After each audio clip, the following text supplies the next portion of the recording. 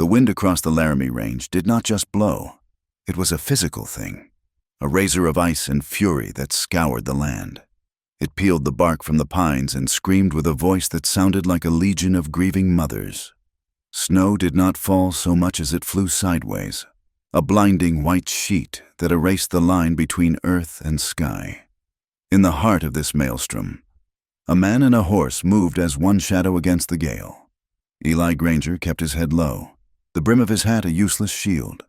The cold had found its way through his sheepskin coat and dug deep into his bones, a familiar ache he had learned to endure. His horse, Jed, a stout buckskin with more sense than many men Eli knew, plodded onward, trusting the unseen path that lived in his master's mind. They were making for the small cabin Eli had built with his own hands at the edge of the wilderness, a place that buffered him from the town of redemption and the memories it held. It was a place of solitude, a fortress of silence. But the storm was changing things. It was a living beast, and it had teeth. It was Jed who stopped first. The horse planted its hooves, refusing another step, and let out a low nicker that was swallowed by the wind. Eli pulled back on the reins, his gloved hands stiff. He peered into the churning white, his eyes narrowed to slits. At first, he saw nothing but the dance of a billion snowflakes. Then, a smudge of darkness, a heap against the base of a frozen cottonwood, already half buried. It was not a rock or a fallen branch. It had the slumped shape of a person. Eli swung down from the saddle, his boots sinking deep. Every step was a battle against the wind-solid wall. As he drew closer, the shape resolved itself. A woman. She was curled into a ball, a thin shawl clutched around her, offering as much protection as a spider's web. Her face was turned away, her hair a tangle of dark strands frozen to the snow. He knelt, his knee cracking in the cold, and gently turned her. Her skin was the color of blue-veined marble, her lips pale. A dark bruise, the size of a silver dollar, stained her cheek, stark against the deathly pallor. For a moment, he thought he was too late. Then he saw it, a faint, almost imperceptible puff of vapor from her mouth, a sign of life. There was no time for questions, no room for hesitation. The wilderness did not reward deliberation. He scooped her into his arms. She was lighter than a sack of feed, a bundle of twigs and frozen calico. He carried her back to Jed, who stood patient and unmoving. Getting her onto the saddle in the gale was a feat of strength and will. He draped her over the front of the saddle, a dead weight, and then mounted behind her, his arms a cage to hold her in place. He wrapped the ends of his own coat around her as best he could and urged Jed forward. The horse seemed to understand, moving with a new urgency toward the promise of shelter. The cabin was a small, dark shape that grew slowly from the blizzard. Smoke trickled from its stone chimney, a sign of the fire he had banked before leaving. He slid from the saddle, his limbs screaming in protest, and carefully lowered the woman to the ground, propping her against the log wall while he forced the door open against a drift of snow. He carried her inside and laid her on the bearskin rug before the hearth. The room was cold, but it was a still cold, a reprieve from the violence outside. Eli worked with a quiet, practiced efficiency. He stoked the embers in the hearth, adding kindling and then larger logs until a proper fire roared to life, casting dancing shadows on the rough-hewn walls. The light illuminated the woman's condition. Her dress was torn at the hem, and one of her ankles was raw and bloody. The skin rubbed away as if by a poorly fitting shackle or a rope burn. Her hands were a mess of scratches and scrapes, the knuckles raw. He fetched a bucket of snow from just outside the door and set it near the fire to melt. While the water warmed, he used his hunting knife to carefully cut away the sodden, frozen fabric of her dress around the injured ankle. The skin beneath was swollen and angry. He found a dark ligature mark encircling her wrist, old and faded but unmistakable, and another, fainter, on the other. He saw the map of her past written in these injuries, and a cold knot formed in his stomach. This was more than a simple traveler caught in a storm. This was a creature who had been running. When the water was warm, he tore a clean flour sack into strips. He washed the dirt and grime from her wounds as gently as his calloused hands would allow. She moaned softly, a sound so faint it was nearly lost in the crackle of the fire and the howl of the wind. He applied a salve of pine tar and herbs from a small tin, a remedy his father had taught him, then bound her ankle and hands with the clean strips of cloth. He took a damp cloth and carefully cleaned her face, touching the bruise on her cheek with a feather-light touch. Beneath the dirt and fear, she was young, perhaps no more than 20. He pulled his own cot closer to the fire and lifted her onto it, pulling the thick wool blankets up to her chin. He sat on a 3-legged stool, watching her, listening to the shallow rhythm of her breathing. The cabin was a small space, filled with the scent of wood smoke, pine, and the faint, metallic smell of blood. It had been a long time since anyone else had been inside these walls, an even longer time since that person had been a woman. He felt a strange unease, a disruption to the careful order of his solitude. He was a man who preferred the company of his horse and the silence of the mountains. This complication, this fragile life now in his care, was a weight he had not asked for, but leaving her to the storm had not been an option. Some lines a man did not cross. Hours passed. The blizzard raged without pause. Eli made a thin broth of dried venison and herbs, the savory smell filling the small room. He sat by the fire, cleaning his rifle, the familiar, methodical movements a comfort. He checked on the woman periodically. Her breathing was a little deeper, and a touch of color had returned to her cheeks. Sometime after midnight, her eyes fluttered open. They were gray, the color of a winter sky, and filled with a wild, cornered animal fear. She tried to sit up, a sharp gasp escaping her lips as pain shot through her ankle. "Easy now," Eli said, his voice low and rough from disuse. He did not move from his stool, not wanting to frighten her further. "You are safe here." Her eyes darted around the small cabin, taking in the stacked firewood, the sparse furnishings, the single window that was now a solid wall of white. Her gaze fell on him, a big man in worn denims and a flannel shirt, his face weathered by the sun and wind, a stillness about him that was both calming and intimidating. She flinched, pulling the blanket tighter around herself, as if it were a shield. "Who are you?" she whispered, her voice a dry rasp. "Eli Granger." "Where am I?" "My cabin, north of Redemption. You were caught in the storm." She seemed to process this slowly. Her hand went to her cheek, her fingers gently probing the bruise. Her memory was a fractured thing, a series of panicked images running, falling, the cold seeping into her until there was nothing left but a dark, quiet numbness.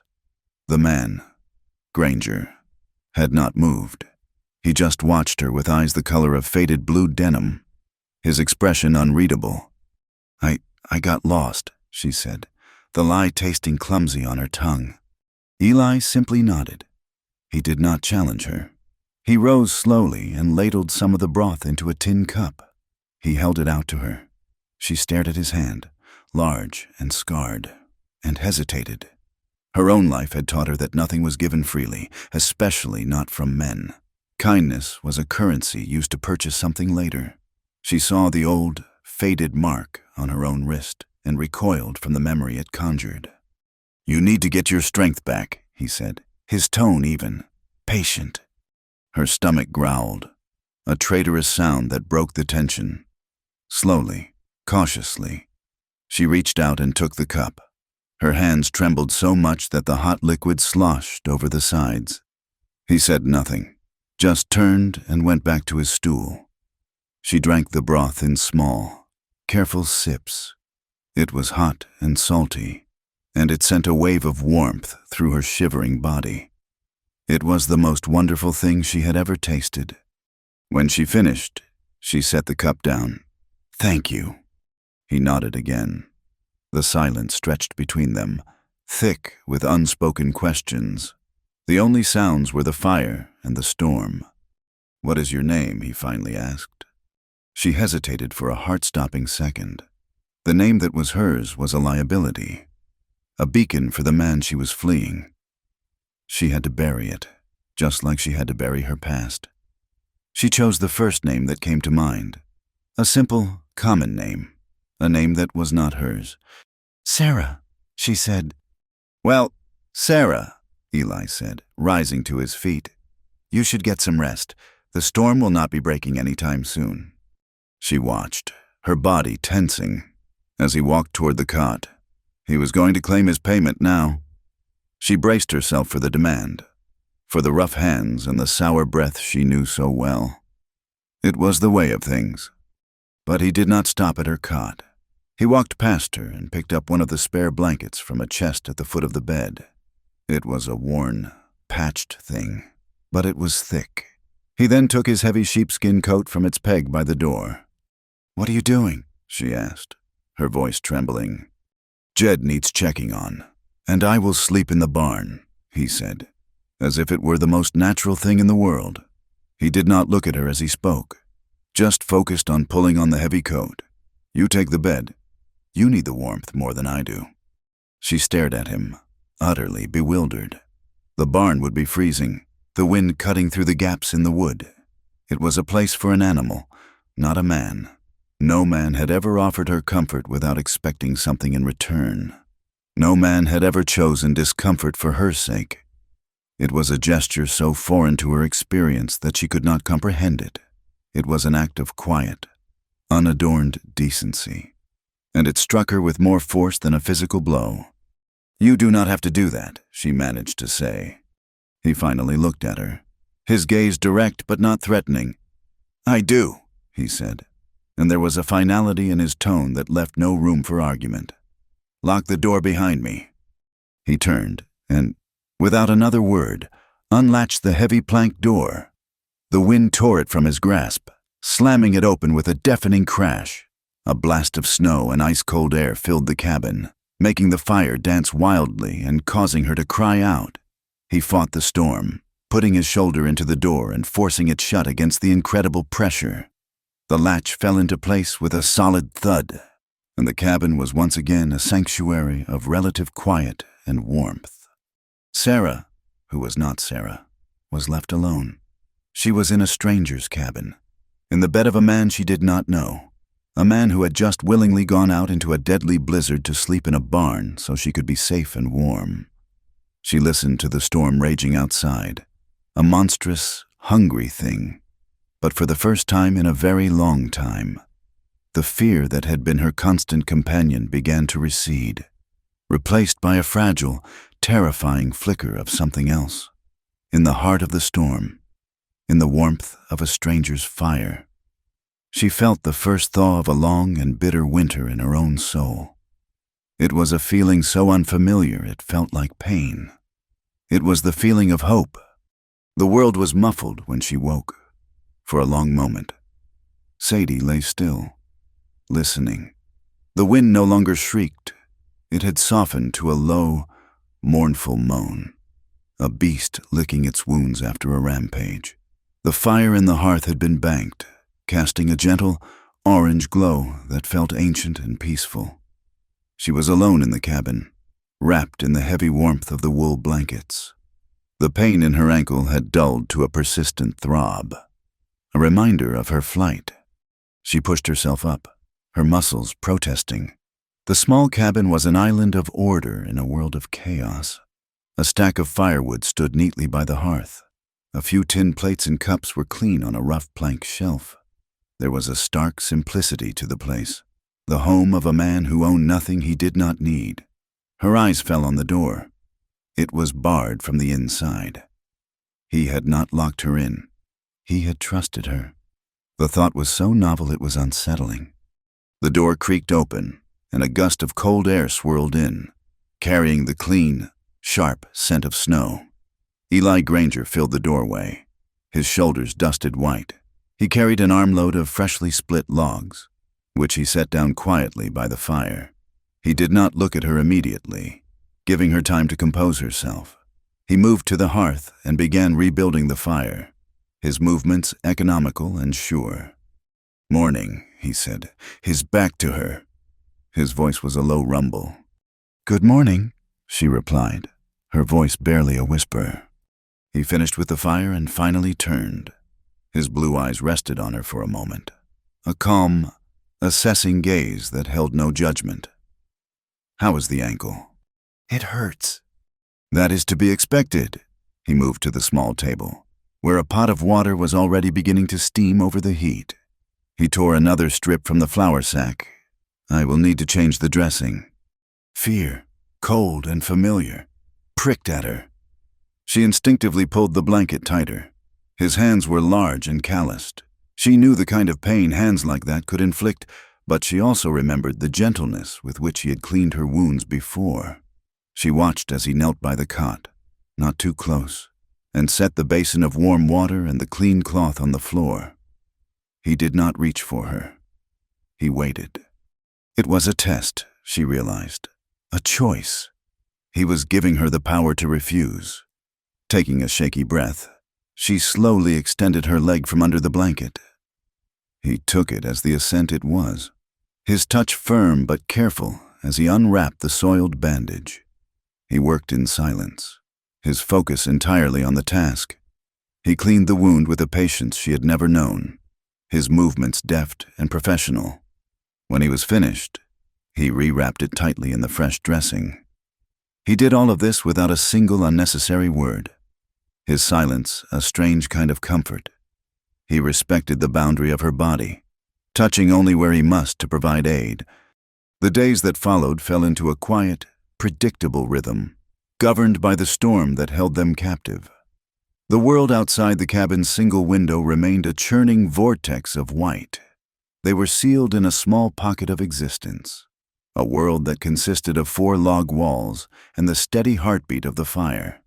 Eli rose before the sun, a shadow moving in the pre-dawn gloom. He would go out to the barn to tend to Jed, returning with a gust of frigid air and a coating of snow. He would cook for them, simple meals of oatmeal or pan-fried salt pork and biscuits, which they ate in a silence that was becoming less tense and more companionable with each passing day.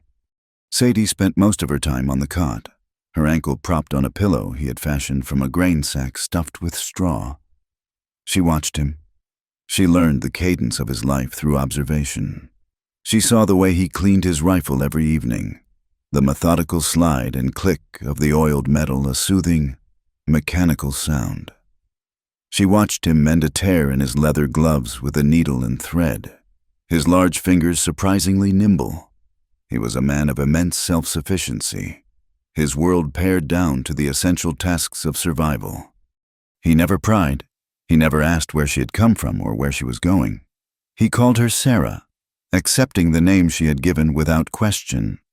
He maintained a physical distance that was absolute, never crossing the invisible line he had drawn down the center of the small room. His cot remained by the door, a good 10 feet from hers. His respect for her space was a wall she could lean against, a fortification more real than any lock or bar. In this quiet, disciplined space, a tiny, fragile seed of trust began to sprout in the barren soil of her heart. She found herself breathing more easily when he was in the room, his steady presence a bulwark against the storm both outside and within her. On the 3rd night, a new sound joined the symphony of the wind. It started as a single, high, lonesome cry that seemed to pierce the very logs of the cabin. Then another answered, and another, until the air was filled with the chilling chorus of a wolf pack. They were close, their howls rising and falling with the gusts of wind. A primal fear seized Sadie. Clutching her throat, the wolves sounded hungry, desperate. The cabin, which had felt like a fortress, suddenly seemed like a fragile wooden box. She looked to Eli. He was sitting on his stool, sharpening his knife on a whetstone. At the first howl, he had gone still, his head tilted, listening. He set the knife and stone aside, rose without a sound, and took his rifle from the pegs where it rested above the hearth. He did not check the window or peer through a crack in the door. He simply walked to the door and stood beside it, the long rifle resting in the crook of his arm. He became a statue carved from shadow and resolve. He did not speak, did not offer hollow words of comfort. He just stood his ground, a a silent guardian between her and the baying menace outside. The howling went on for what felt like an eternity, sometimes seeming to come from just beyond the walls. Through it all, Eli did not move. He was a mountain, immovable and absolute. His stillness was his promise of protection, a vow spoken not in words, but in the solid fact of his presence. Eventually, the howls faded, moving off into the vast, snowy wilderness. Only then did he return the rifle to its pegs and resume his seat by the fire, as if nothing had happened. He had been awake for hours. She knew, long before the wolves had come. She was learning that he was a man who did not truly sleep, but merely rested, one ear always open to the sounds of the night. The next afternoon, the storm had lessened enough that Eli deemed it safe to clear the snow from the doorway and check the roof. While he was outside, the silence in the cabin felt different, emptier. Sadie grew restless. Her gaze fell upon a small, crudely made shelf next to the hearth. On it sat a single book, its leather cover worn smooth with time and handling, a Bible. Driven by a curiosity that overpowered her caution, she limped over to the shelf and took the book down. It was heavy in her hands, a repository of years. It fell open easily to a page in the Book of Psalms, as if it had been opened to that spot 1,000 times. Pressed between the thin pages was a flower. It was a bluebell, its delicate color almost perfectly preserved. It spoke of springtime, of green meadows and warm breezes, a world away from the frozen wasteland outside. Then she saw it. Clinging to the edge of one of the delicate petals was a tiny, dark brown fleck. It was not dirt, she knew, with a certainty that chilled her to the bone, that it was a speck of dried blood. A story was held in that single, pressed flower, a story of beauty and violence, of love and loss. It was a piece of this quiet man's soul, a secret he had pressed between the pages of a holy book. She felt like an intruder, a trespasser on sacred ground. The door opened, and Eli stepped back inside, shaking the snow from his hat. He saw her standing there, the open Bible in her hands. His face, usually a mask of calm neutrality, tightened for a fraction of a second. A flicker of some deep, ancient pain passed through his eyes before being extinguished. He walked over to her, and for a terrifying moment, she thought she would see anger. Instead, he gently took the book from her hands, his fingers brushing hers for the briefest of instants. He closed it, the pressed flower and its dark secret once again hidden from view. He placed the Bible back on its shelf with a quiet reverence. He did not say a word. He did not have to. The boundary had been reasserted, not with anger, but with a sorrow so profound it needed no voice. On the morning of the 5th day, they woke to a profound silence. The wind was gone. Sunlight, brilliant and sharp, streamed through the small window, painting a bright square on the wooden floor. The storm had broken. The world outside was a new creation, sculpted from snow and bathed in a light so pure it hurt the eyes. After their breakfast, Eli pulled on his boots and coat. Need to chop wood. The storm took a good bit of the supply. Sadie nodded and watched from the doorway as he waded through the deep drifts to the woodpile. The air was cold, but still, the only sound was the crunch of his boots on the pristine snow.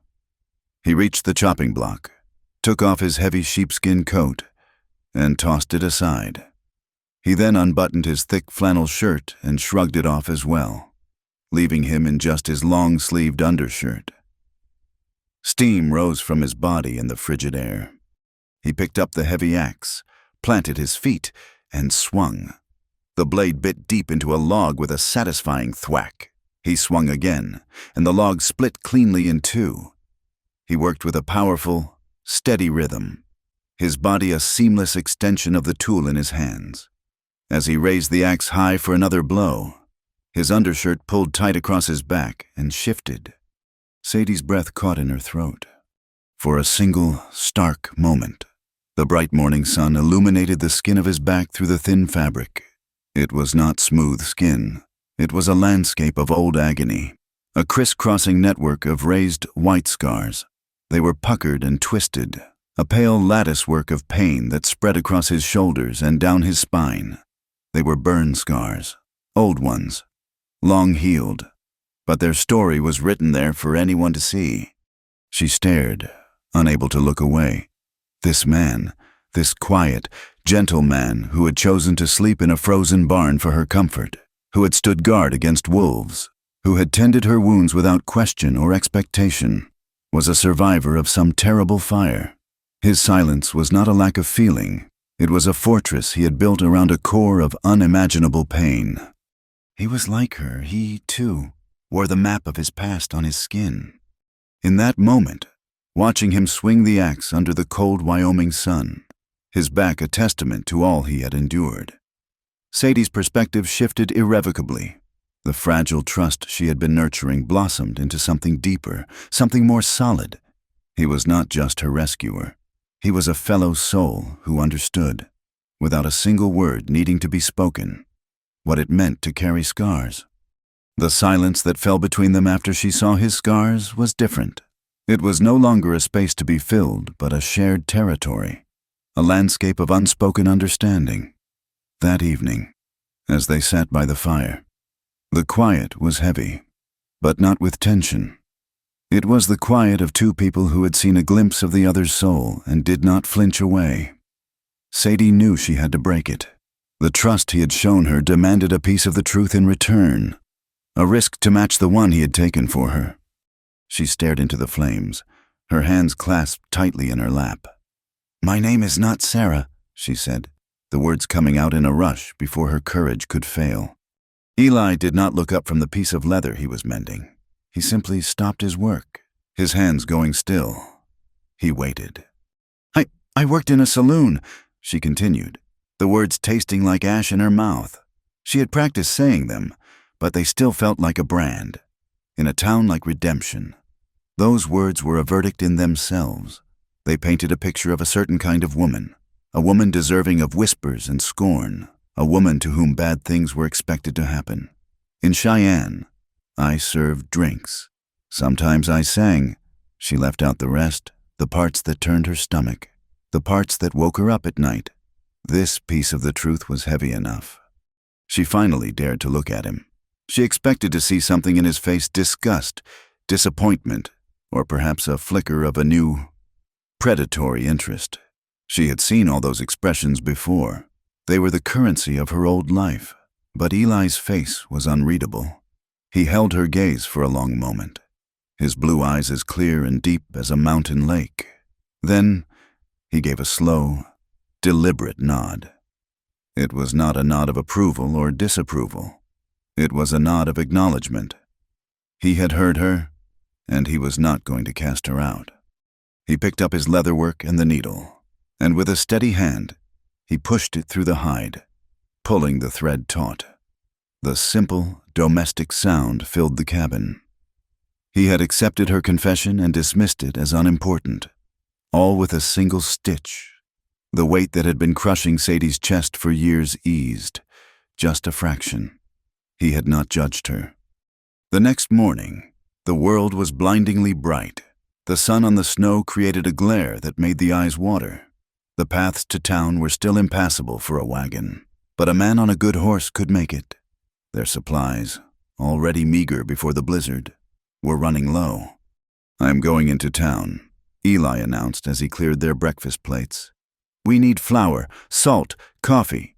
He paused, his back to her, and then added, "And you need a proper dress, and boots that fit. That calico is not fit for this weather." Sadie looked down at her torn and frayed dress, the one he had found her in. It was a flimsy garment, a relic of a life she was desperate to leave behind. The thought of a new dress, a warm one, was a luxury she had not dared to dream of. But it also meant he would be seen in town buying women's things. "You do not have to," she said quickly. "I am a burden to you already." "It is not a burden to keep a person from freezing," he stated, his tone leaving no room for argument. He saddled Jed, his movements efficient and practiced. Before he mounted, he turned to her. "Stay inside. Keep the door barred. Do not open it for anyone." He did not need to explain why. They both knew the world held dangers far worse than winter storms. Sadie watched from the small window as he rode away, a solitary figure moving across the vast, white expanse. The cabin felt immense and empty without him. She spent the day in a state of nervous energy, her mind replaying his simple acceptance of her past. It felt too good to be true. She kept expecting the other shoe to drop, for the kindness to curdle into something else. Eli rode into redemption and felt the eyes on him immediately. The town was slowly digging itself out from under the blizzard's blanket. Men were on rooftops, shoveling snow, and the boardwalks were narrow canyons carved through the drifts. Eli Granger coming to town was an event in itself. He kept to himself, a man who lived on the edge of their society by choice. For him to ride in the day after the storm passed was notable. His first stop was the general store, a place that smelled of coffee beans, cured leather, and damp wool. The proprietor, a balding man named Silas Croft, who also served as the town's blacksmith, looked up from behind the counter, his expression one of surprise. "Granger," Silas said, a note of respect in his voice. "Figured you would be holed up for another week." That was a mean one. It was, Eli agreed. Handing Silas his list, ran low on a few things. Silas gathered the items, his movements methodical. Flour, a slab of bacon, coffee, beans. As he worked, a few other townspeople drifted in, ostensibly for supplies. But their curious glances toward Eli were not subtle. Widow Miller, a woman whose face was a roadmap of a hard but kind life, gave him a small, knowing smile. Two ranchers, their faces chapped and red from the wind, whispered to each other behind their hands. "And one more thing," Eli said, his voice low. He felt a strange reluctance. "I need a length of wool, something warm, light blue, if you have it." Silas paused, a sack of beans in his hand. He looked at Eli, then at the list of masculine, practical supplies. His eyebrows rose a fraction of an inch. The whispers from the ranchers stopped. The store went quiet. "For a dress, I reckon?" Silas asked, his voice carefully neutral. "That is right." Silas disappeared into the back of the store and returned with a bolt of fabric. It was a soft, sturdy wool, the color of a robin's egg, a promise of spring in the dead of winter. It was beautiful. Eli thought of the bruise on her cheek, the fear in her eyes, and the quiet dignity she held on to. This color seemed right. "This will do," he said, avoiding the curious eyes of everyone in the store. He paid for his goods, loaded them into his saddlebags, and left without another word. As he rode out of town, he felt the weight of their collective gaze on his back. A story was already being written in their minds. A sordid, simple tale of a reclusive man and a mysterious woman. The truth was far more complicated, and far more decent than their imaginations would allow. 2 days later, the sound of an approaching horse brought Sadie's heart into her throat. She ran to the window, her limp more pronounced from her agitation. It was not Eli's buckskin. It was a gray mare, and the man riding it wore a silver star on his chest. Sheriff Brody. She backed away from the window, her breath coming in short, panicked gasps. A sheriff could mean only one thing. He had found her. Asa Harwood had sent him. She looked wildly around the cabin. A cornered animal seeking an escape route that did not exist. The bar was on the door, just as Eli had instructed. A heavy fist pounded on the wood. "Eli Granger, open up. This is the sheriff." She did not move, did not breathe. Maybe he would think no one was home. The pounding came again, louder this time. "Granger! I know you were in there. I saw the smoke from your chimney all the way from the ridge." The lie was clumsy, but the threat was clear. He was not going to leave. From the far side of the cabin, she heard the soft crunch of boots in the snow. Eli had come around from the woods where he had been checking his trap lines. "That is far enough. Brody!" Eli's voice was calm, but it carried an edge of cold steel. Sadie heard the sheriff sigh, a sound of weary frustration. Now, Eli, do not be like that. I am just making a friendly visit, checking to see you made it through the storm. You have seen me. I made it, Eli said. Now you can go. I cannot do that, Brody said, his voice dropping. Folks in town are talking. They say you have a woman out here with you. Silas said you bought dress fabric. What folks in town say is their business, Eli replied. It becomes my business when a man of means is asking questions, Brody said, his voice strained. Asa Harwood rode into my office this morning. He is looking for a woman who ran off from his employ, a woman who fits the description of the one you are hiding. The name hit Sadie like a physical blow. Harwood, he was here. He was looking for her. The fragile sense of safety she had built in this small cabin shattered into a million pieces. He is also nursing a nasty gash on his head, Brody continued, his voice heavy with meaning. He is not in a forgiving mood. Eli, he wants his property back. Property. That is what she was, a thing to be owned, used, and retrieved. There is no property here. Eli's voice was dangerously quiet. Only a person, and she is under my protection. There was a long silence. Sadie could picture the two men facing each other in the snow, a silent battle of wills. Do not be a fool. Eli, Brody finally said, his voice pleading. You cannot win against Harwood. He owns half this territory, and he has got the law in his pocket. He will not let this go. He will crush you. Then let him try, Eli said. Sadie heard the sheriff curse under his breath. Then the sound of him mounting his horse. The gray mare's hoofbeats faded into the distance, leaving behind a silence that was more terrifying than the shouting had been. Eli came inside, his face grim.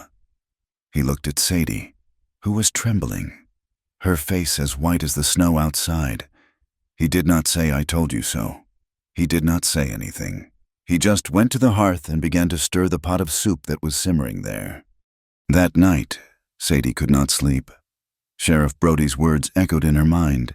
He will crush you.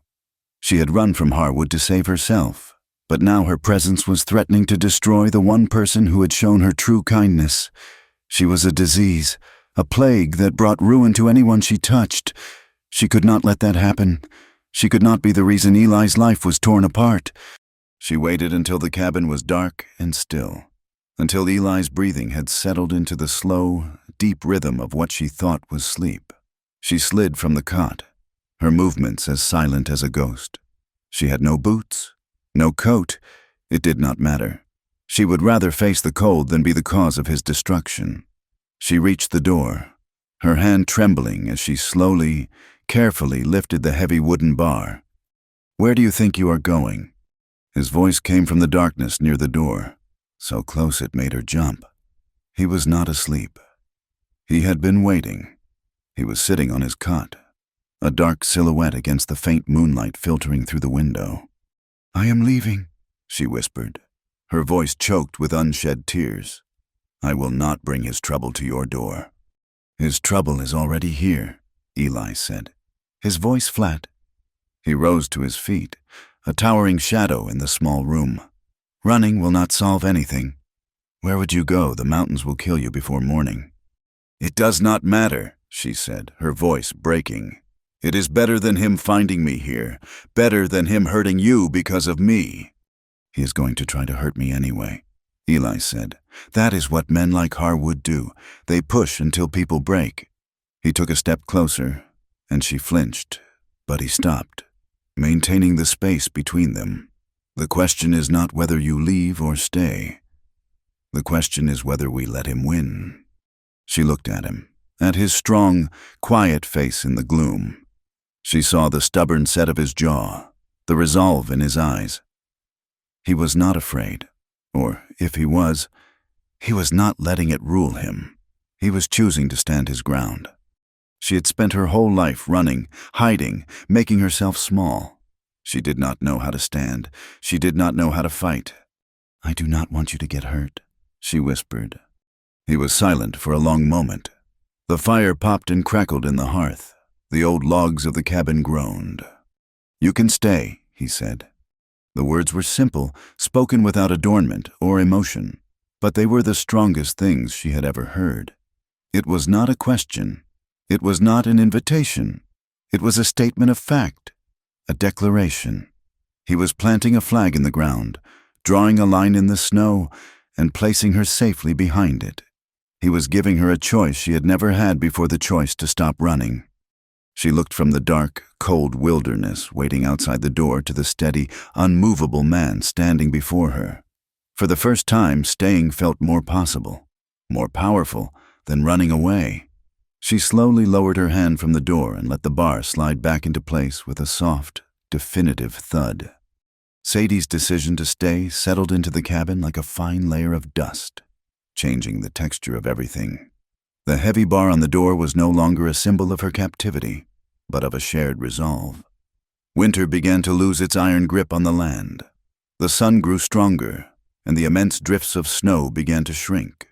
Weeping meltwater that trickled in new, temporary streams down the mountainside. The air, while still cold, carried a new scent, a damp, earthy promise of life stirring beneath the white blanket. The thaw outside was a mirror to the one inside Sadie, a slow, painful, and uncertain process. The nights, however, still belonged to winter and to fear. One evening, a storm rolled in from the west, not a blizzard of snow, but a tempest of cold rain and violent thunder. The sky was a roiling cauldron of bruised purple clouds, split open by jagged forks of lightning. The thunder was not a distant rumble, but a physical concussion that shook the little cabin to its foundations. Each crack of thunder was like a gunshot, each flash of lightning a glimpse into a world of violent chaos. The storm clawed its way into Sadie's sleep and dragged her down into the familiar darkness of her past. She was back in Cheyenne, in the suffocatingly small room above the saloon. The air was thick with the smell of stale whiskey and cheap perfume. She could hear the tinny piano and the raucous laughter from downstairs. Then the door was crashing open, and Asa Harwood was filling the space, his face florid, his eyes lit with a possessive fire.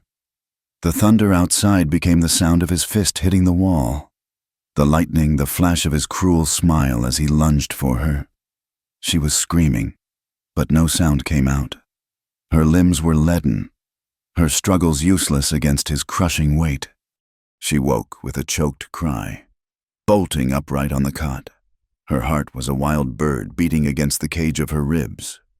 The cabin was dark, save for the dying orange embers in the hearth and the ghostly, strobing light of the storm outside. In the terrifying space between nightmare and waking, Harwood was still there, a shadow in the corner, his presence a suffocating weight on her soul. Panic, pure and absolute, seized her. She could not breathe. She could not be alone. Without thinking, driven by an instinct more powerful than reason, she threw off the blankets and scrambled across the cold floor. She did not limp. She fled. She ran to the one point of safety she knew in this world, the one solid thing in the midst of the chaos. She ran to Eli. He was awake in an instant, coming up from his cot as she crashed against him. She was a whirlwind of terror, her hands clutching at his undershirt, her face buried against his chest. She was shaking so violently her teeth chattered. He was solid and warm, a wall of muscle and bone that smelled of wood smoke and the clean scent of the rain. "He is here," she sobbed, the words muffled against his chest. "He is here." Eli's arms came around her, hesitant at first, then firm and sure. It was not the embrace of a lover, but of a protector, an anchor in a raging sea. One large, calloused hand rested on the back of her head, his fingers tangling in her hair, the other spread flat against her back, holding her steady. "You are safe," he said, his voice a low rumble next to her ear, a sound as deep and steady as the earth itself. It was a dream. "You are in the cabin. You are safe." He did not push her away. He did not question her. He simply held her, absorbing the tremors of her fear into his own solid frame. He stood there in the dark, a silent guardian, while the storm raged outside and the tempest in her soul slowly, gradually, began to subside. She clung to him, drawing on his strength, his stillness, until her frantic heartbeat slowed and the phantom touch of her nightmare faded. She became aware of the rough texture of his shirt beneath her cheek, the steady rise and fall of his chest, the secure circle of his arms. It was the first time a man had held her without it being a prelude to pain. It was a revelation. The next morning, the world was washed clean. The sun shone brightly in a sky scrubbed blue, and the air smelled of wet pine and damp earth. A fragile truce had been declared between them, an intimacy born of shared vulnerability. After they had eaten, Sadie watched as Eli cleaned his rifle, the same methodical ritual as every other morning. But today, it looked different to her. It was not just a tool for hunting, it was a tool for protection. Her protection. "I want you to teach me," she said, her voice quiet but firm. Eli paused, a clean, oiled rag in his hand. He looked up at her, his expression unreadable. "Teach you what?" "How to use that," she said, nodding at the rifle. "I do not want to be helpless anymore. If he comes, I want to be able to stand with you, not just behind you." He studied her face for a long time, his gaze intense. He saw the new steel in her eyes, the resolve that had been forged in the crucible of her nightmare. He saw that she had made a choice. He gave a slow nod. "All right." He took her outside, into the bright, cold morning. He started not with his long rifle, but with a smaller, lighter carbine. He showed her how to hold it, how to brace the stock against her shoulder. The gun was heavy, a solid, unforgiving weight in her hands. He showed her how to breathe, a slow, steady intake, a controlled release. "Do not fight it," he said, his voice patient. "Let the gun become a part of you." Her hands trembled. The memory of violence was a part of her, and this object of cold metal and wood was its ultimate expression. He stood behind her, not touching her, but his presence was a steadying influence. He guided her with his voice alone, teaching her how to aim, how to align the sights, how to gently squeeze the trigger, not pull it. The first shot was a shock, a deafening explosion that sent a hard kick into her shoulder and made her cry out. The bullet went wide, kicking up a puff of dirt a dozen yards from the tin can he had set on a stump. But she had done it. She had faced the noise and the power and had not dropped the gun. They spent the rest of the morning like that. He was a patient teacher, his instructions sparse and direct. Slowly, her trembling subsided. She learned to control her breathing, to stand her ground against the recoil, to focus her mind on the single, small point of the target. She began to hit the can, first with a lucky ping, then more consistently. Each successful shot was a small victory, a piece of her fear chipped away and replaced with a hard-won competence. She was not just a victim anymore. She was a woman holding a rifle. A week later, they rode into town together. Sadie wore a dress she had sewn herself from the light blue wool, its simple lines a stark contrast to the frilly, worn-out calico she had arrived in. She wore a pair of sturdy, used boots Eli had bought for her on his first trip, riding beside him on a gentle mare he had borrowed from a neighbor. She felt a strange mix of terror and pride. It was the first time she had willingly entered a town since her escape. The whispers started the moment they rode down the main street. They were a low, rustling sound, like dry leaves skittering in the wind. She saw the curtains twitch in the windows, the heads that turned as they passed. Men standing on the boardwalk stopped talking, their eyes following her, their expressions a mixture of curiosity and contempt. Women hurried their children along, pulling them closer as if Sadie were a source of contagion. She could feel their judgment like a physical weight, a barrage of invisible stones. She kept her eyes fixed straight ahead, her back ramrod straight, but she could feel a hot flush creep up her neck. Eli seemed oblivious to it all. He rode with a calm, unhurried air. his gaze fixed on the general store. He was her shield, his quiet dignity deflecting the scorn that was aimed at her. They dismounted and went inside. The store fell silent.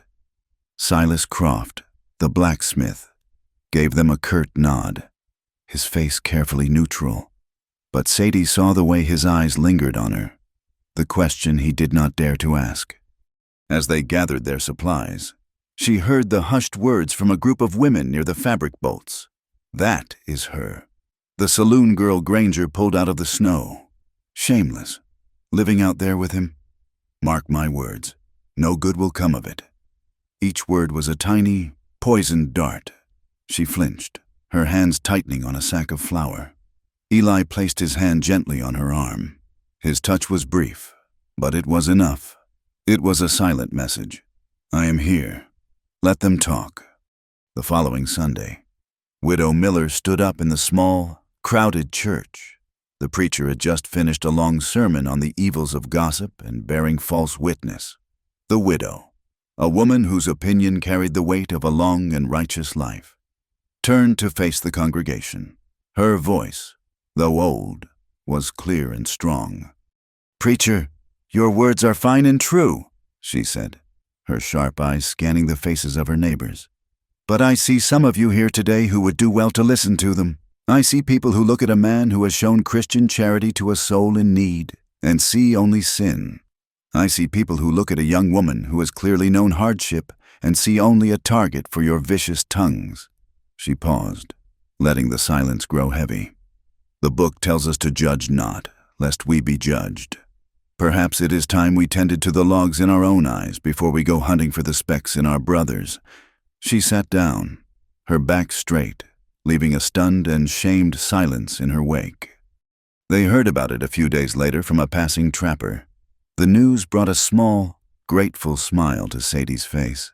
A single voice of decency had been raised in their defense. It was a small crack in the town's wall of pious judgment. Spring arrived in earnest, a season of cold rains and sudden, brilliant sunshine. One afternoon, under a sky the color of slate, Sadie was gathering the laundry she had washed and hung out to dry.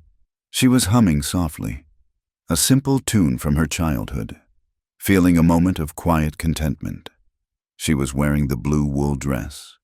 It was more than just a garment. It was a symbol of her new life, a testament to a quiet man's kindness. As she reached for the last of Eli's shirts, a movement at the edge of the property caught her eye. 3 men on horseback were sitting just beyond the rough fence line, their figures half hidden by a stand of skeletal aspens. They were not passing by. They were watching her. Their stillness was menacing, predatory. She did not recognize them, but she knew, with a chilling certainty, who had sent them. Her blood ran cold. The laundry basket fell from her numb fingers. At that moment, the heavens opened up, and a cold, drenching rain began to fall. She was frozen in place, a rabbit caught in the gaze of a snake. Suddenly, Eli was there. He had come from the barn, his stride long and urgent. He did not shout. He did not draw his gun. He simply came to her, his face a grim mask. He took her by the arm, his grip firm and unyielding, and pulled her toward the shelter of the barn's large overhang. The rain was coming down in sheets now, instantly plastering her hair to her scalp and soaking the blue wool of her dress. He backed her against the rough log wall of the barn, shielding her body with his own as he watched the silent figures on the ridge. The cold rain soaked her thin dress. The cowboy's rough hands didn't wait for it to dry. His right hand was on her shoulder, his thumb pressing gently into the hollow of her collarbone, a small point of reassuring warmth against her cold, wet skin. His left hand rested on her waist, holding her securely, a silent promise that he would not let her go. The rain beat a frantic tattoo on the tin roof above them, the sound enclosing them in their own small, charged world. She could feel the heat of his body through her damp dress, could see the tiny droplets of water clinging to his dark hair. She looked up at his face, at the hard line of his jaw and the fierce, protective light in his eyes. He was not looking at the men on the ridge anymore. He was looking at her. They were closer than they had ever been. The space between them filled with the sound of the rain and their own ragged breathing. It was a moment of profound intimacy, stripped bare of all pretense. In his eyes, she did not see pity or desire. She saw respect. She saw a fellow survivor. He saw her. Not the saloon girl, not the town scandal, but the woman who had learned to shoot a rifle and was choosing to stand her ground. He slowly lowered his gaze to her lips, and, for a heart-stopping second, she thought he might kiss her, but he did not. He held her there, his hands a warm, steady presence, a silent vow of protection that was stronger than any words, until the three figures on the ridge turned their horses and melted back into the trees. The moment under the barn's overhang lingered between them, a silent charge in the air that had not dissipated with the rain or the departure of Harwood's men. Back inside the warm, dry cabin, the unspoken tension was a third presence in the room. They ate their evening meal of rabbit stew and biscuits in a deeper silence than usual. Eli was watchful, his gaze returning to the window every few minutes, scanning the darkening landscape. Sadie could barely swallow her food. The image of those three silent riders was burned into her mind. They were a promise of what was to come. Later, as Eli sat by the fire oiling a piece of harness leather, his movements slow and deliberate, Sadie knew she could not carry her secrets alone any longer. He had offered her his protection, a shield made of his own body. He deserved to know exactly what it was he was shielding, and from whom. He deserved to know the full weight of the trouble she had brought to his door. "Eli," she began, her voice small, almost lost in the crackle of the flames. He stopped his work, setting the leather and oil rag aside. He gave her his full attention, his expression patient. "The name I gave you, Sarah, it is not the only lie I told," she said, her eyes fixed on the fire. "My real name is Sadie. Sadie Whitmore." He simply nodded, his gaze steady, waiting for her to continue. His lack of surprise was, in its own way, an encouragement. "Sheriff Brody was right," she whispered, the words painful to release. "I did run from Asa Harwood, but I was not just in his employ. It was more than that." She took a ragged breath. "My family is back east, my mother is unwell, and my younger sisters, they depend on the money I send. Harwood knew this. He paid me well, more than any other girl at the saloon. But the money was a chain. He made it clear that if I ever displeased him, or if I ever tried to leave, the money would stop. He kept me there, in a room above the saloon. It was a pretty room, a gilded cage." She risked a glance at him. His face was a mask of stone, but his eyes were dark with a deep, still anger that was not directed at her. It gave her the strength to go on. "He was possessive. He liked to show me off, like I was a prized horse. But he was careful. For a long time, he never crossed a certain line. He knew that if he did, I would break. But he liked being close to that line." The shame was a hot coal in her throat. Then came the night of the storm. He had been drinking heavily, more than usual. He had lost a great deal of money at the poker table. He came to my room. He was not careful that night. She stopped. The memory, a physical thing, choking her.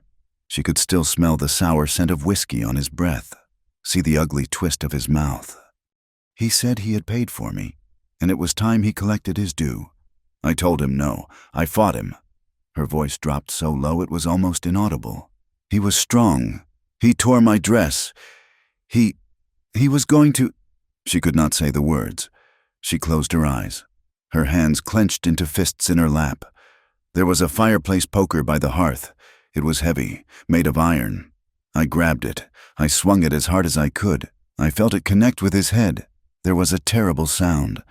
She was shaking now, the memory vivid and horrifying. He fell. He just collapsed onto the floor. There was blood. So much blood. I was sure I had killed him. I did not know what else to do. I just Ran. I did not even grab a coat. I ran out into the night, into the storm. I ran until I could not run anymore. And that is where you found me." She finally finished, her confession hanging in the silent cabin like smoke. She had laid her entire wretched story at his feet, the shame, the fear, the violence.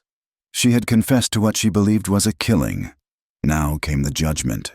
She braced herself for it, for the revulsion and condemnation she was sure would follow. Eli sat for a long, still minute, his gaze locked on the fire. He did not speak. Then he rose slowly from his stool. He did not come toward her. Instead, he walked to the pegs above the hearth and took down his rifle. He retrieved his cleaning kit from a wooden box in the corner and sat down again. With a series of quiet, precise movements, he began to disassemble the weapon. He laid the pieces out on a piece of buckskin, the firelight glinting on the oiled metal. He took a clean rag and began to wipe down the barrel, his hands steady, his focus absolute. The soft, rhythmic rasp of the cloth against the steel was the only sound in the room. Sadie watched him, her breath held tight in her chest. He was not looking at her. He was looking at the gun. And in that simple, methodical action, she understood. He was not judging her. He was preparing. His silence was not condemnation. It was a quiet, solemn vow. He had heard her truth, the ugliest parts of it, and had chosen to stand with her. The methodical cleaning of the rifle was his answer. It was his acceptance. It was his promise that he was now a part of her fight. The bond between them, which had been forged in the crucible of a blizzard, was now tempered into something harder, something unbreakable. It had changed from the charity of a rescuer to the unshakable loyalty of an ally. He finished cleaning the rifle, reassembled it with the same quiet efficiency, and placed it back on its pegs.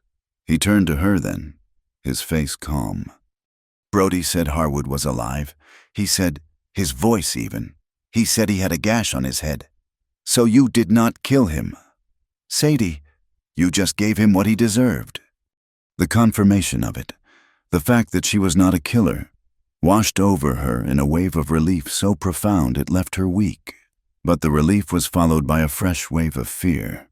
Harwood was alive, and he was a man who would never forgive or forget. 2 nights later, the mood in the cabin was different. The confession had cleared the air between them, leaving a sense of shared purpose. They were no longer a man and a woman bound by circumstance, but 2 soldiers in a war that had not yet been declared. Sadie was reading by the firelight from a tattered dime novel Eli had bought in town, when she saw him looking at the small Bible on the shelf. His expression was distant, filled with a deep and ancient sorrow. "That book belonged to my mother," he said, his voice quiet. He had never spoken of his family before.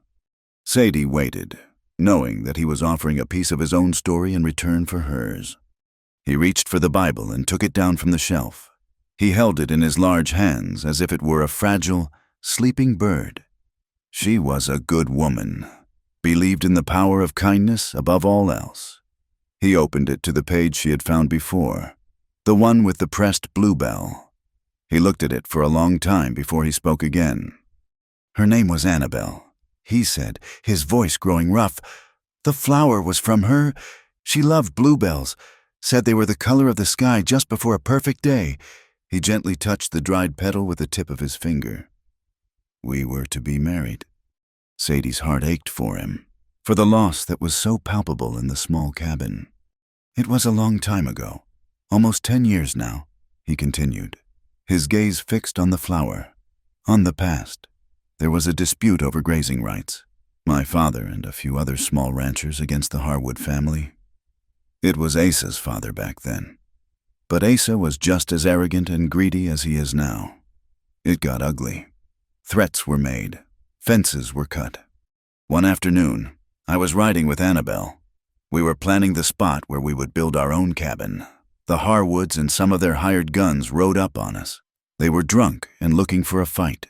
They said my father's cattle had strayed onto their land. It was a lie. They just wanted to provoke something. My father rode out to meet them. Words were exchanged. It got heated. Someone went for their gun. I do not even know who fired first." He fell silent, his jaw tightening, the muscles in his cheek working. It was over in a minute, just a lot of shouting and smoke. When it cleared, one of their men was wounded. And Annabelle? She was on the ground. She had not even been a part of it. She was just standing there, a stray bullet. It was just bad luck, the sheriff at the time called it. His voice was laced with a bitterness that a decade had not been able to erode. The Harwoods had the best lawyers. They claimed self-defense. Nothing came of it. No justice. Just a dead girl who loved bluebells. He carefully closed the Bible, his movements full of a sorrowful reverence. I left after that. Could not stand to be here, to see them riding around like they owned the world, a world she was no longer in. I worked all over, tried to outrun it, but you cannot outrun a ghost. A few years ago, I came back. I built this place, far enough away from town that I did not have to see them. I buried my heart with her. I just wanted to be left alone.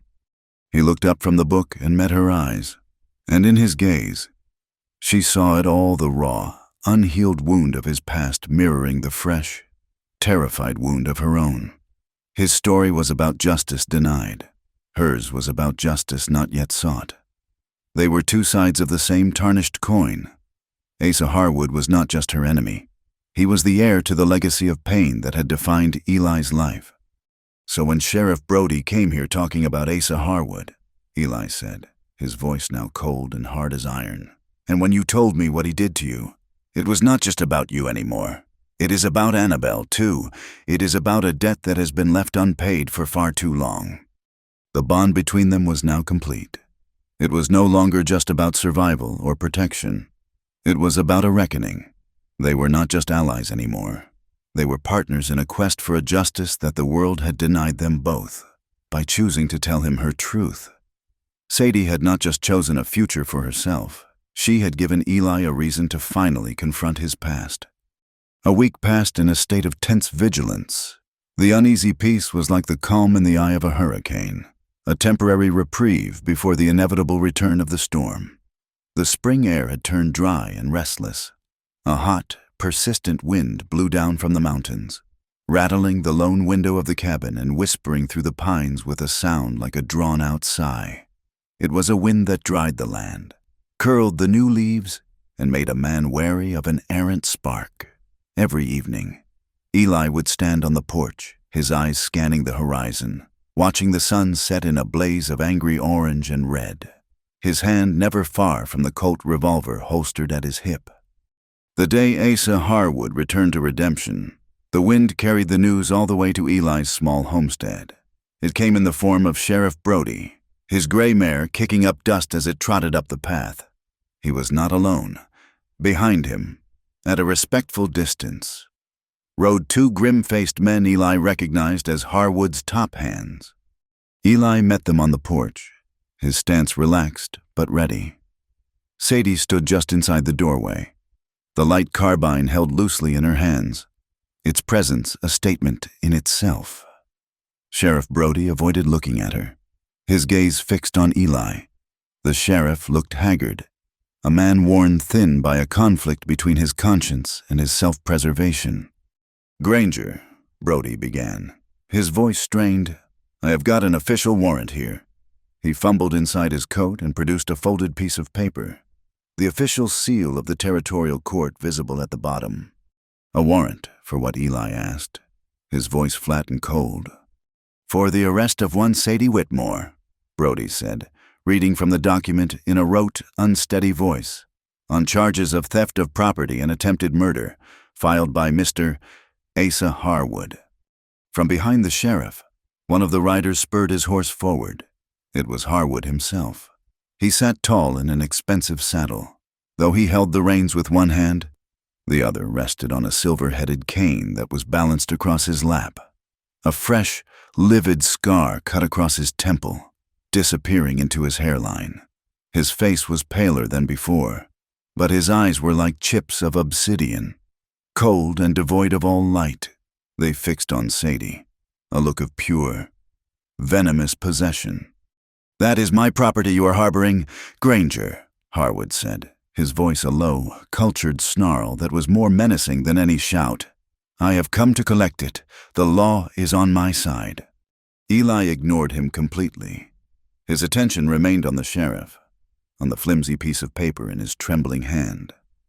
"There is no Sadie Whitmore here who has committed any crime," Eli said, his voice clear and carrying on the dry wind. "There is only a woman who defended herself from a man who forgot what the word no means."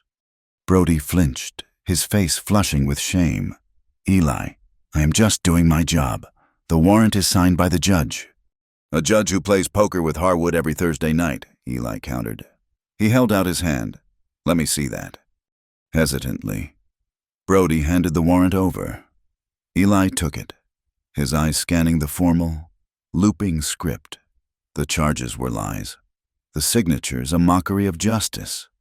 He looked from the paper to Harwood's smug, scarred face, and then back to Brody's weak, compromised one, with a single, sharp movement. Eli tore the warrant in half, and then in half again. The sound of the ripping paper sharp and definitive in the tense silence. He let the pieces flutter from his fingers, and the wind snatched them, scattering the shreds of corrupt law across the dusty yard. "There is your answer," Eli said, his voice dangerously quiet. "Now get off my land." Harwood's face contorted in a mask of pure fury. "You will regret this, Granger. You will find that this world has no place for men like you."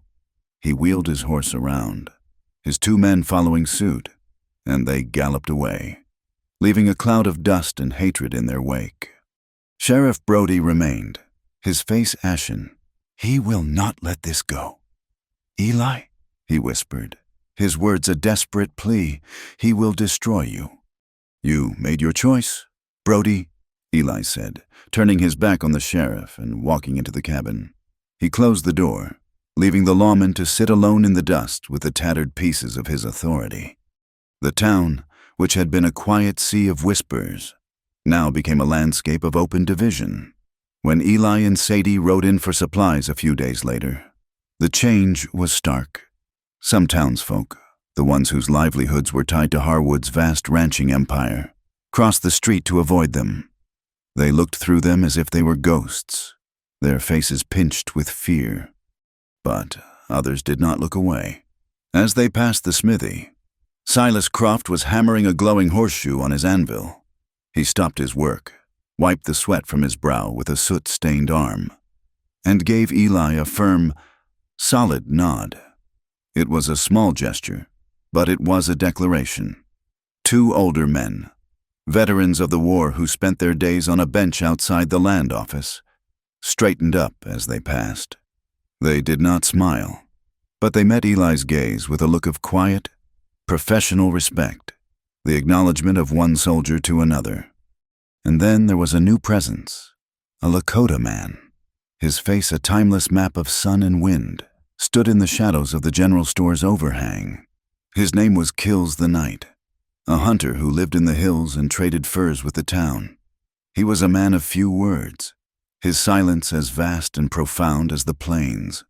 He watched Eli and Sadie with dark, intelligent eyes, and as they passed, he gave a nearly imperceptible inclination of his head. He had seen the arrogance of men like Harwood before. He knew a just fight when he saw one. That night, the dry wind picked up, howling around the cabin like a hungry wolf. It was a dangerous wind, the kind that could turn a campfire spark into a raging inferno in the blink of an eye. Eli was restless, unable to settle. He checked on the horses in the barn, ensuring their stalls were secure. Jed and the mare were skittish, their ears twitching at the sound of the gale. He stayed with them for a time, his presence a calming influence, before returning to the cabin. He and Sadie sat in silence, the sound of the wind a constant, unnerving companion. Sometime after midnight, a new smell crept into the cabin, sharp and acrid, carried on the raging wind, the smell of smoke. Eli was on his feet in an instant. Grabbing his rifle, he threw open the door, and his blood ran cold. The night was no longer dark. It was lit by a terrible, dancing orange light. The barn was on fire. Flames were already licking up the dry log walls, reaching for the night sky, fanned by the relentless wind into a roaring monster. "The horses," Sadie cried, her face a mask of horror in the flickering firelight. There was no time to think.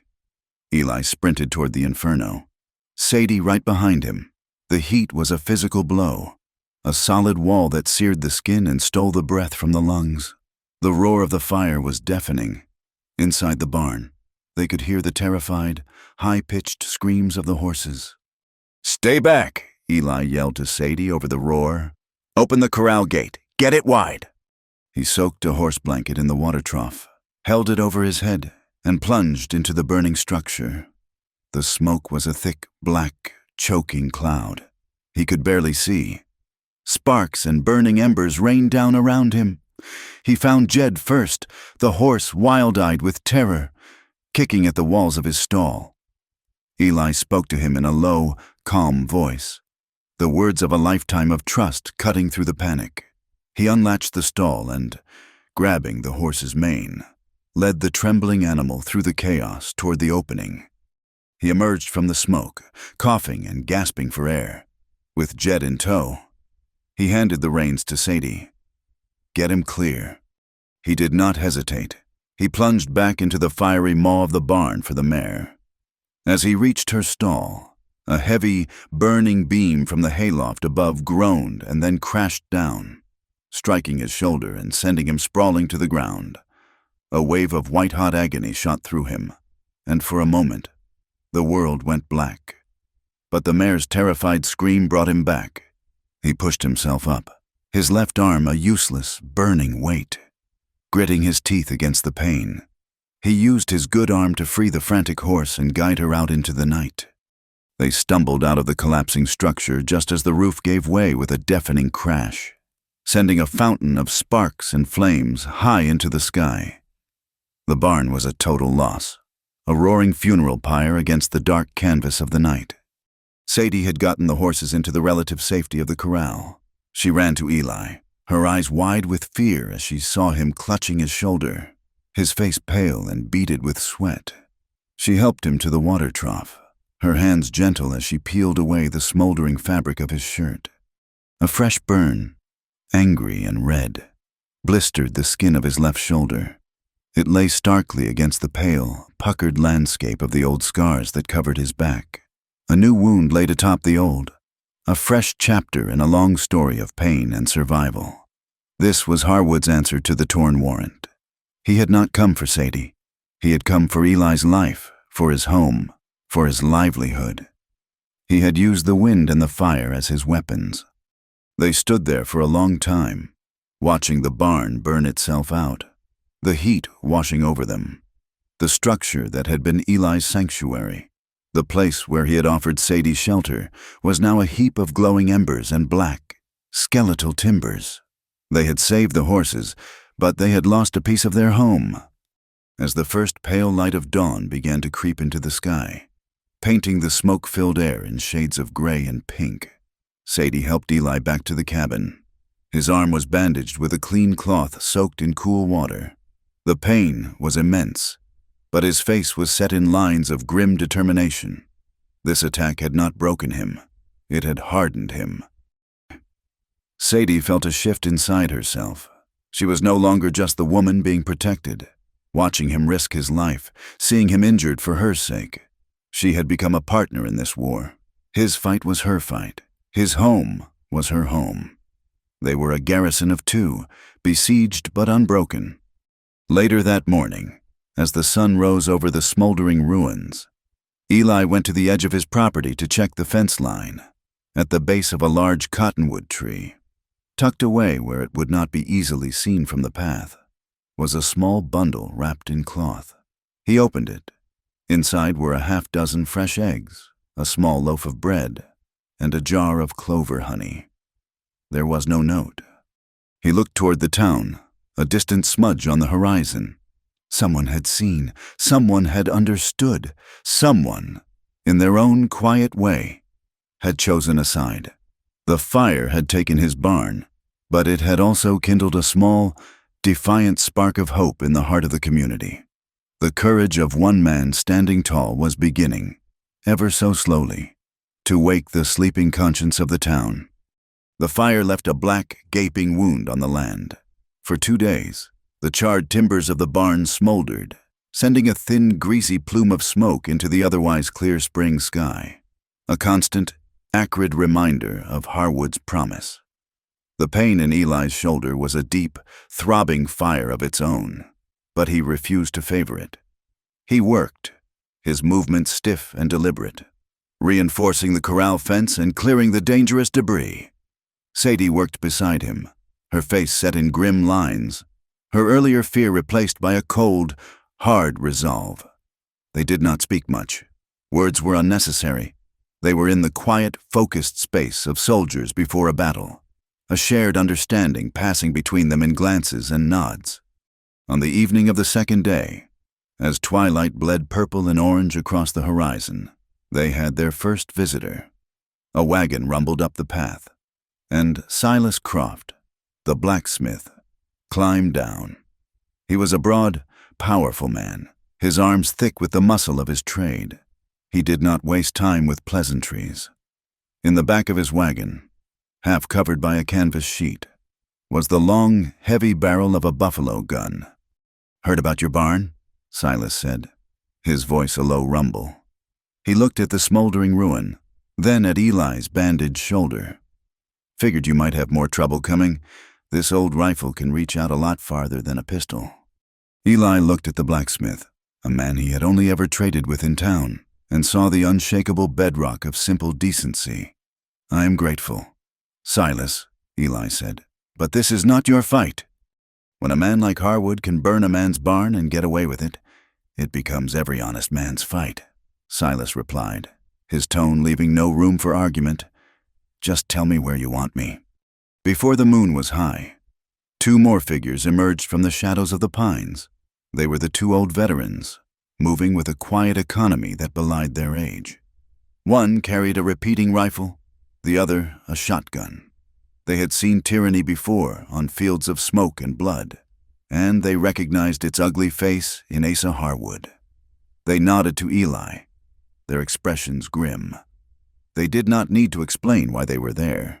They were soldiers answering a call to arms that only they could hear. Eli felt a profound sense of humility. He had chosen a life of solitude, yet in his moment of greatest need, he was not alone. He accepted their help with a quiet nod, the gratitude too deep for words. The reclusive man was now a commander, his small homestead a fortress. He spent the next hour laying out a plan, his voice low and steady. He knew this land, every rock, every tree, every dip and rise.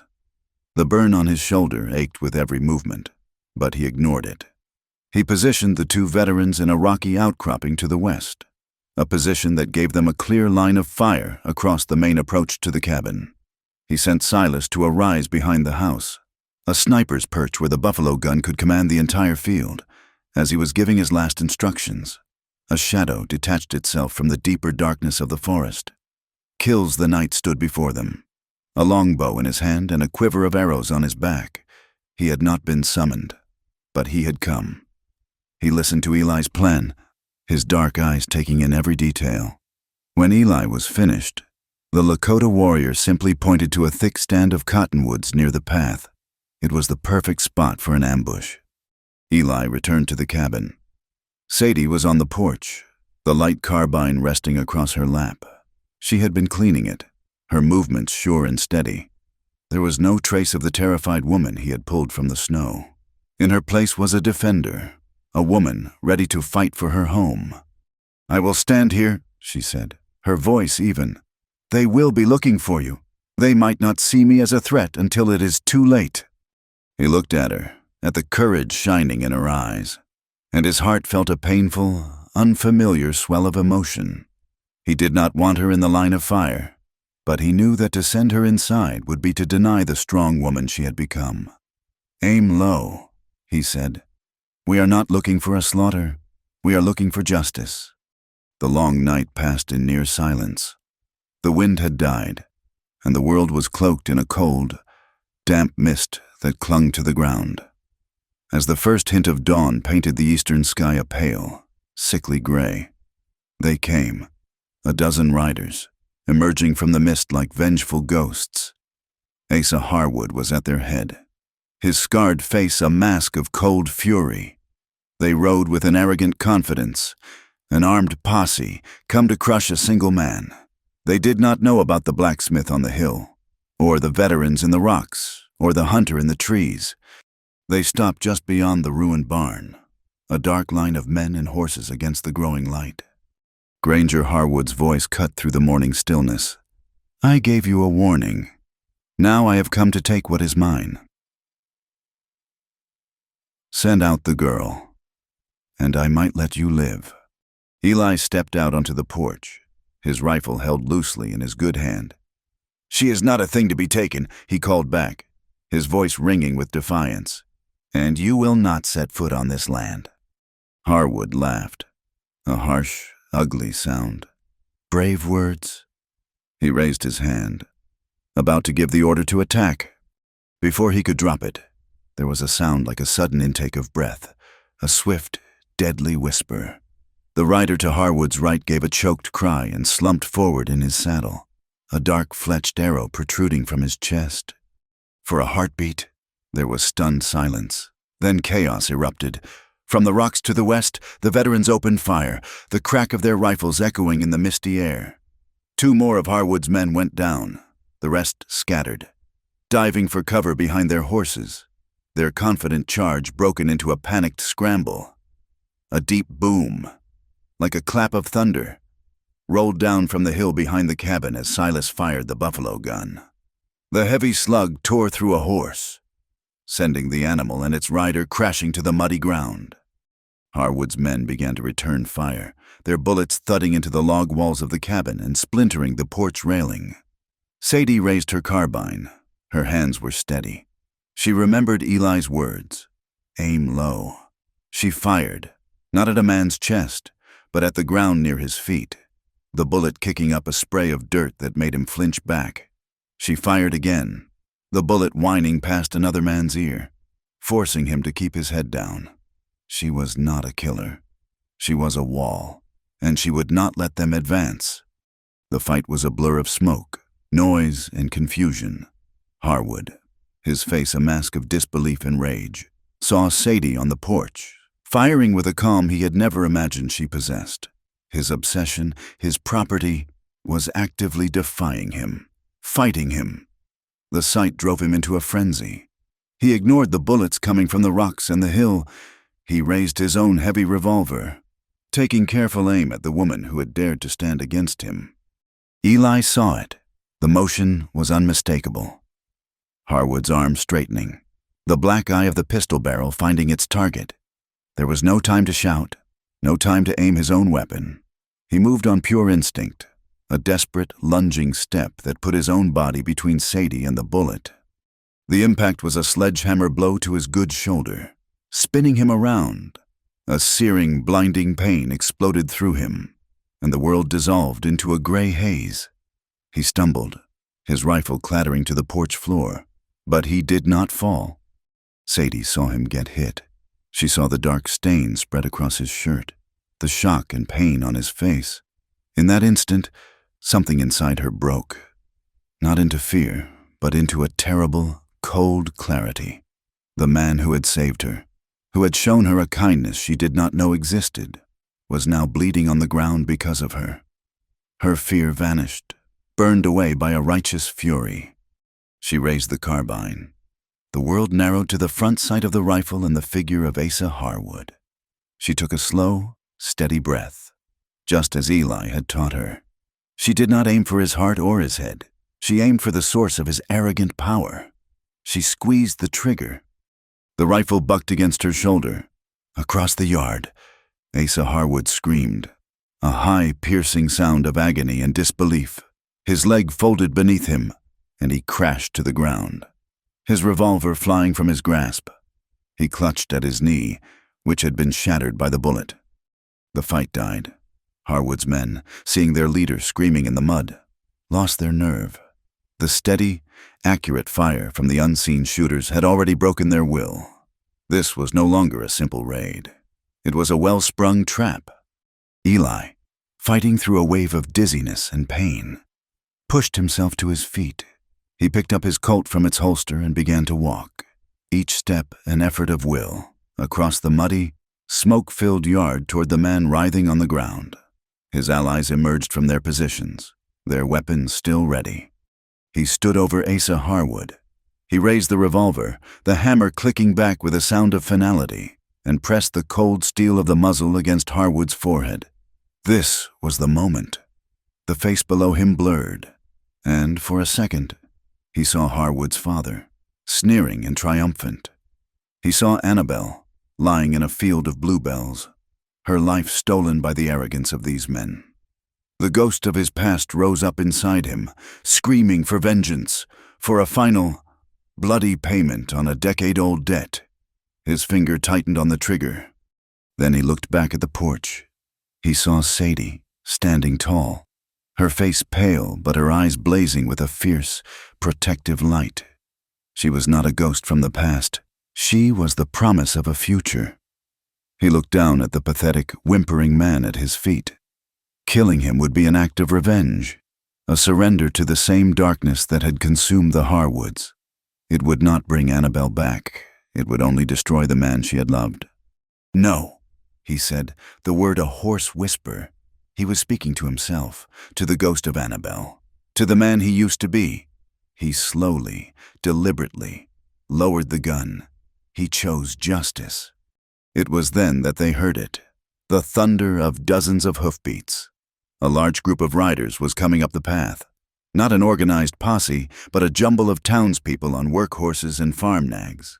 Sheriff Brody was at their head, his face a mixture of fear and resolve.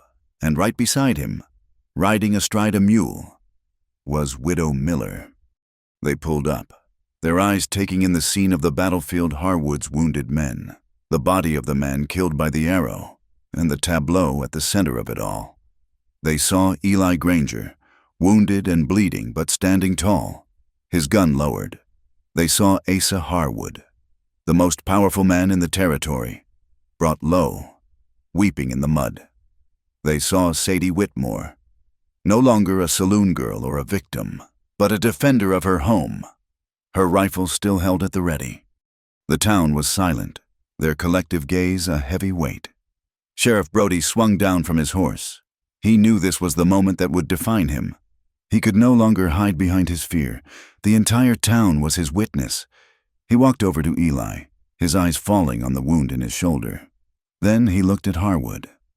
"Asa Harwood," Brody said, his voice loud and clear for all to hear.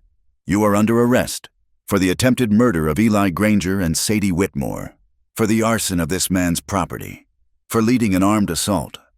The law has finally come for you." The sun had risen fully now, burning through the last of the morning mist. Its golden light shone down on the muddy yard, on the smoke of the gunfight, and on the faces of the people of redemption who had finally, in the cold light of dawn, been forced to choose a side. The world did not fall silent after the gunsmoke cleared. It filled with a new cacophony, the worried murmur of the townspeople, the groans of Harwood's wounded men, the authoritative commands of Sheriff Brody as he, with a newfound resolve, organized the disarming and binding of the raiding party. In the center of it all, Eli stood for a moment, swaying on his feet, the brilliant morning sun feeling cold on his skin. Then the strength that had held him upright gave way, and he would have fallen if Silas and one of the veterans had not been there to catch him. They carried him inside and laid him gently on his cot. The town doctor, a harried man with kind eyes, was already there, summoned by Widow Miller's foresight. He cut away the blood-soaked shirt, his brow furrowed in concentration. The bullet had gone clean through the thick muscle of his shoulder, a painful and bloody wound, but one that had, by some miracle, missed the bone.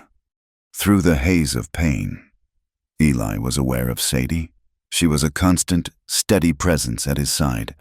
She was not wringing her hands or weeping. Her face was pale, but her hands were busy, bringing the doctor clean water and strips of linen, her movements efficient and calm. She was his anchor in the swirling sea of pain and confusion. When the doctor was finished, his shoulder cleaned and tightly bound, she was the one who held a cup of cool water to his lips. He looked at her, truly looked at her, and saw not a trace of the frightened refugee he had found in the snow. He saw the woman who had stood beside him, who had faced down a tyrant for his sake. The days that followed were a blur of fever and pain. The wound was clean, but his body had been pushed to its limit. He drifted in and out of a restless sleep, haunted by dreams of fire and old ghosts. But every time he surfaced, Sadie was there. She took over the running of the homestead as if she had been doing it her entire life. She fed the horses, milked the neighbor's cow he had been tending, cooked nourishing broths, and kept the fire in the hearth burning low and steady. She was tireless, her quiet competence a soothing balm on his raw nerves. In the long afternoons, as he lay weak and sweating, she would sit in a chair beside the cot and read to him. She did not read from the dime novel. She read from the old, worn Bible, her voice soft and even as she spoke the ancient words of comfort and trial from the book of Psalms.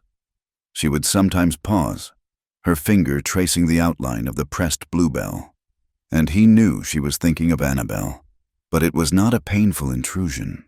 It felt right, as if one good woman was honoring the memory of another, bridging the gap between his painful past and his uncertain present. One afternoon, he woke to find her at the small table, a pen and a precious sheet of paper before her. She was writing, her brow furrowed in concentration, her lips moving silently as she formed the words. She was writing to her mother. He watched her for a long time, saw the way she would pause and look out the window at the greening hills, a small, hopeful smile on her face. She was not just writing a letter. She was rewriting her own story, not as a tragedy of a fallen woman, but as a testament of survival and the discovery of a new, unexpected hope. News from the outside world trickled in with visitors. Silas Croft came with a gift of a freshly slaughtered hog, and the two veterans brought venison from a hunt. They told him that Asa Harwood and his men had been taken away by territorial marshals. The charges were serious, and with a dozen townspeople as witnesses to the armed assault, his money and influence would not be enough to save him this time. The key, they said, was Sheriff Brody. He had ridden with the marshals all the way to Cheyenne, his handwritten, signed testimony detailing every crime, from the arson to the final, bloody confrontation. In a single act of courage, born from shame and a rediscovered sense of duty, Brody had begun the long process of rebuilding his own honor. The town itself was changing. The whispers had stopped. The looks of scorn had been replaced by expressions of sheepish respect. One morning, a wagon stopped outside the cabin.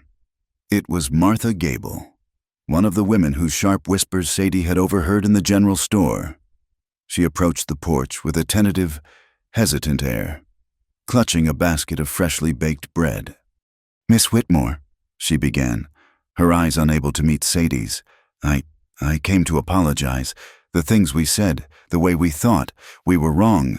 What you and Mr. Granger did. You stood up for all of us when we were too afraid to stand up for ourselves. We are ashamed." Sadie looked at the woman, at her downcast eyes and her genuine remorse, and felt no triumph, no bitterness. She only felt a quiet sense of peace. The past had no more power over her. "There is nothing to forgive." "Mrs. Gable," Sadie said, her voice gentle. "You were afraid. I understand what that is like." She took the basket of bread, the simple offering a treaty of peace. "Thank you. It smells wonderful." As Eli grew stronger, his arm still in a sling but the fever gone, he began to walk the property. His gaze kept falling on the black, ugly scar where his barn had stood. It was a symbol of his old life, of his solitude and his self-imposed exile. He knew he had to rebuild, but the thought of raising the same walls, of recreating that lonely space, felt wrong. One morning, Sadie found him standing on the east side of the cabin, staring at the empty space there. The sun was just rising, flooding the world with a clean, golden light. "I am not going to rebuild the barn," he said, not looking at her. "Not yet." He pointed to the blank wall of the cabin. "I am going to build here. A new room, a proper room, with a real floor and a big window. A window that faces the dawn." Sadie's heart gave a sudden, joyous leap. He was not rebuilding his past. He was building a future. For them. They worked together. He was the architect and the muscle, his one good arm surprisingly strong and steady. She was his partner, fetching his tools, holding planks steady, learning the simple, satisfying work of creation. They felled the logs themselves, and Silas Croft came and helped them raise the heavy beams. Slowly, a new shape grew from the side of the cabin, a structure born not of necessity, but of hope. The day they finished the window was a celebration. It was large, much larger than the small, single pane in the main cabin. It looked out over the rolling hills and the distant mountains, a perfect frame for the sunrise. That evening, as a sunset of impossible purple and rose painted the sky, Sadie stood barefoot on the porch, a quiet sense of peace settling over her. The air was warm, filled with the scent of pine and freshly cut wood. She was not a guest. She was not a refugee. She was home. She felt his presence behind her before she heard him. Eli came to stand close, his warmth a comfort at her back. He had healed. The scars, new and old, would always be a part of him, just as hers would be a part of her. But they were no longer open wounds. He slowly brought his arms around her, his bandaged shoulder moving stiffly, and held her, his chin resting gently on the top of her head. "You belong here, Sadie," he whispered, his voice thick with an emotion he rarely showed. She leaned back against his solid chest, her eyes closing as she savored the perfect, simple truth of his words. "I know," she whispered back. Later, they stood inside the new room. The floor was bare, the walls unadorned, but it was filled with the limitless potential of the future. The moonlight streamed through the large, east-facing window. "We will need to plant a garden soon," she said, her mind already turning to the practical tasks of building a life. "Corn and beans, potatoes." "I will clear a patch of ground down by the creek," he agreed. He looked around the empty room, a thoughtful expression on his face. He walked over to the Bible, which they had placed on the new windowsill, and opened it to the page with the pressed bluebell. "Annabelle always wanted to be a teacher," he said, his voice soft, devoid of the sharp pain it once held. It was a quiet, gentle memory now. She used to say that books were the seeds of a better world. She dreamed of having a little school, just for the children on the outlying ranches who could not get to the one in town. He looked at Sadie, a new light in his eyes. "This is a good, bright room," he said, "big enough for a few desks, for some slates and books." Sadie looked at him, her heart overflowing. He was not trying to replace his lost love. He was honoring her, completing her dream not as a memorial to a dead past, but as a foundation for a living future. He was taking the purest part of his old life and weaving it into the fabric of their new one. The circle was closing, not with an end, but with a new beginning. "I think," she said, her voice catching with emotion as she stepped into his embrace, "that would be a wonderful idea." The future stretched before them, a path lit by the rising sun. There would be seasons of planting and harvesting. There would be the laughter of children learning their letters in a room filled with light. And one day, there would be a quiet wedding, a simple ceremony with no need for fanfare or fancy dress. Just the truth and the light, and a love that had been forged in a blizzard and tempered in a fire. Thank you for listening to our story. Please comment with where you are listening from in the world so we can all connect. And do not forget to subscribe to my channel, Wild West Night. Like the video, and press the hype button to support us and help this story reach more people.